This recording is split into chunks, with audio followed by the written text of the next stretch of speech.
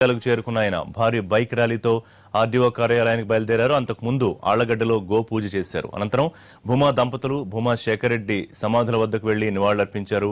ఆళ్లగడ్డ నుంచి నంద్యాలకు చేరుకున్న బ్రహ్మానందరెడ్డికి అభిమానులు ఘనస్వాగతం పలికారు. అఖిలప్రియ ఇంటి నుంచి ఆర్డీఓ కార్యాలయానికి భారీ ర్యాలీతో బయలుదేరారు. కాసేపట్లో నామినేషన్ వేయనున్నారు బ్రహ్మానందరెడ్డి.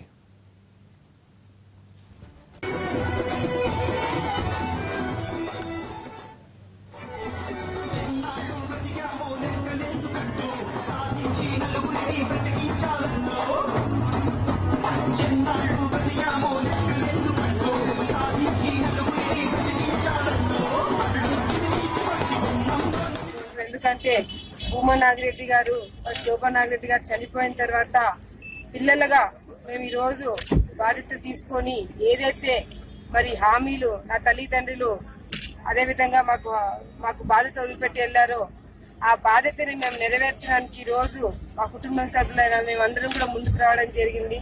చెల్లెలు, తమ్ముడు, మరి అన్న, పెద్దనాన్న పిల్లలు అందరం కూడా ఈ రోజు ముందుకు వచ్చి ప్రజలకి మేము అండగా ఉంటామని చెప్పడానికి ముఖ్య కారణం కూడా భూమా నాగిరెడ్డి గారు, భూమా శోభా నాగిరెడ్డి గారు ముగ్గురు కూడా ఎమ్మెల్యేలకు ఉన్నప్పుడే చనిపోవడం జరిగింది.